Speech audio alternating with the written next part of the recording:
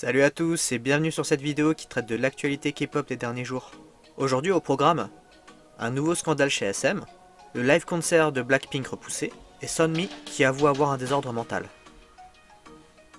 Décidément, SM Entertainment c'est vraiment très fort ces derniers temps pour créer la polémique. Vous vous souvenez, il y a quelques temps, plus précisément en octobre, NCT U a sorti le MV Make a Wish Birthday Song.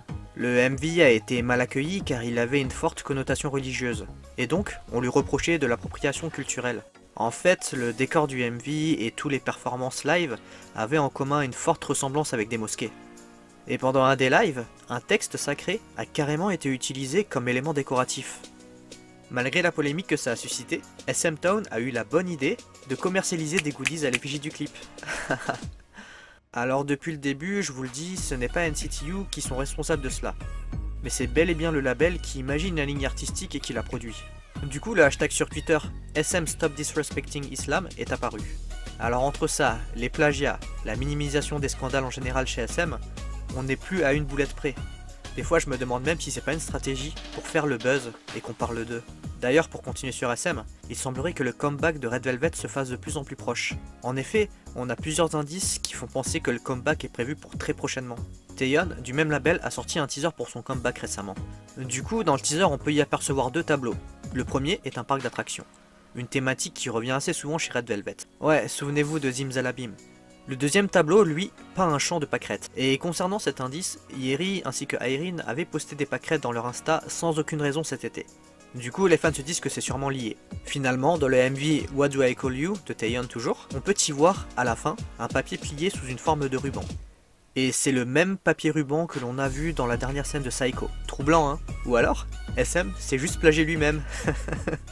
Le SM Cinematic Universe est vraiment incroyable.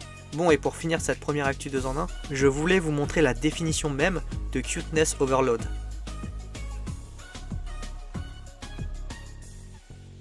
Voilà, c'est tout. Vous pouvez mourir heureux maintenant. Les Blink ont été très déçus cette semaine. Alors, en effet, le live concert The Show de Blackpink prévu le 27 décembre sur YouTube a été annulé. En fait, le gouvernement coréen a décidé de restreindre les rassemblements de plus de 10 personnes, et ceci afin de garantir la santé de la population en cette fin d'année. Bon, en vérité, le concert a juste été repoussé au 31 décembre. Les fans qui ont acheté leur place pourront être remboursés et reprendre une nouvelle place pour le 31.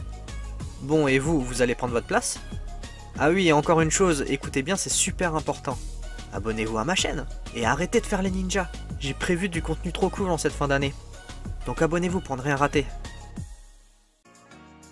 Le 16 décembre dernier, Hani des EXID, Yua des Oh My Girl, Chu de Luna, Chungha et Sunmi partageaient l'antenne dans un épisode de Running Mate de la chaîne Mnet. Alors que les idoles échangeaient sur leurs pensées profondes et leurs émotions, Sunmi fit une révélation inédite. Elle explique qu'au moment où elle a décidé de prendre une pause et de quitter Wonder Girls, ce qui était le plus dur était de gérer ses émotions.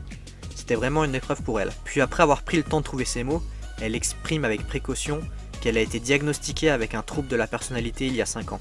Elle dit avoir été réassurée de savoir enfin quelle était la raison de son mal-être, et qu'elle pouvait également commencer un traitement, donc c'était plutôt une bonne nouvelle. Mais d'un autre côté, elle dit aussi réaliser que dans ce genre de situation, les personnes qui souffrent le plus sont plutôt l'entourage, et le tout en fondant en larmes.